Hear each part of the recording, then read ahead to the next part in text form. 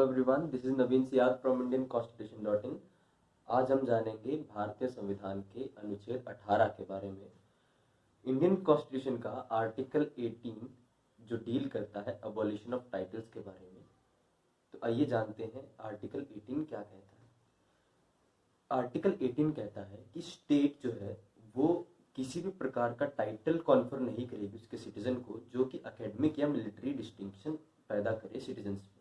मतलब कि जो एकेडमिक या मिलिट्री जो डिस्टिंक्शंस है उसको बढ़ाए।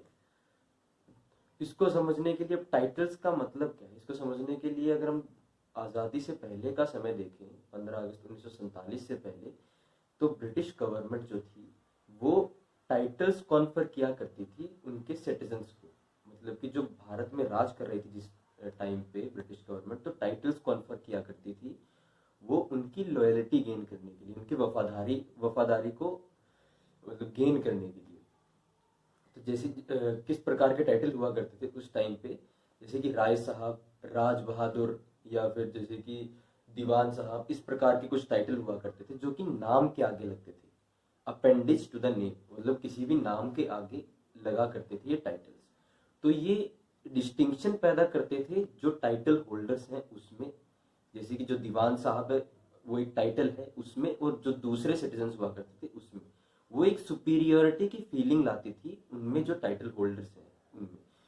तो इस प्रकार की प्रैक्टिस को अबॉलिश करने के लिए आर्टिकल 18 का इजाद हुआ। आर्टिकल 18 के अंदर आपको स्टेट किसी भी प्रकार का टाइटल कॉन्फर नहीं करेगा जो आपको डिस्टिंक्ट करे किसी व्यक्ति को दूसरे सिटीजन से।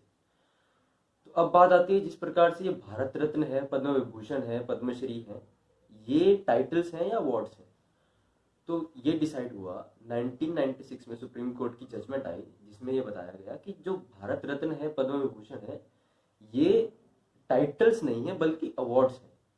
ये किसी प्रकार का डिस्टिंक्शन क्रिएट नहीं करते हैं सिटीजन्स के बीच में, और ना ही इन्हें आप नाम के आगे अपेंडिज के प्रकार से यूज कर सकते हैं। मतलब किसी भी नाम के आगे ये नहीं लग सकते, जैसे भारत रत्न है और पद्म विभूषण है।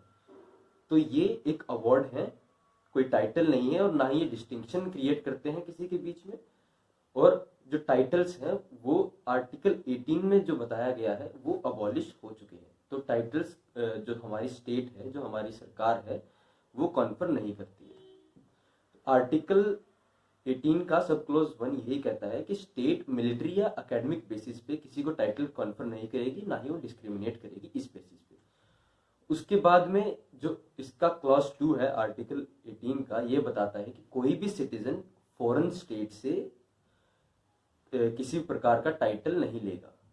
जैसे कि अभी कुछ समय पहले जैसे गावस्कर ने नाइटहुड का जो टाइटल मिल रहा था ब्रिटेन से, वो उन्होंने रिफ्यूज कर दिया था इस प्रकार से कि कोई इंडियन सिटीजन है वो बाहर से, कोई फॉरेन स्टेट से किसी प्रकार का टाइटल एक्सेप्ट नहीं करेगा।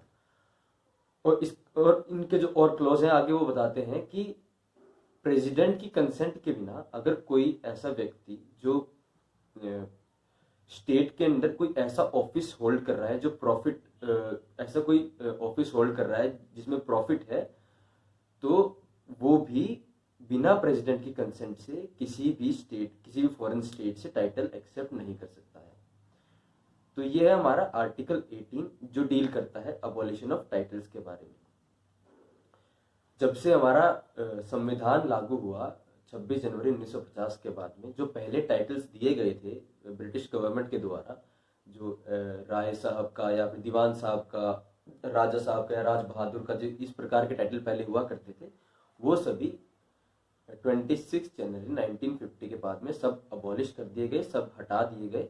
और उसके बाद में आगे कोई टाइटल कन्फर नहीं हुआ जो कि डिस्टिंक्शन पैदा करे, कि सुपीरियोरिटी और इंफीरियोरिटी की फीलिंग लाए सिटीजन्स के बीच में। तो राइट टू इक्वालिटी जो है, जो आर्टिकल 14 से लेके 18 में डिस्कस हुआ है फंडामेंटल राइट्स में, तो ये यही बताता है कि सभी जो नागरिक हैं भारत के वो सभी समान हैं और किसी प्रकार का भेदभाव उनके साथ नहीं किया जा सकता।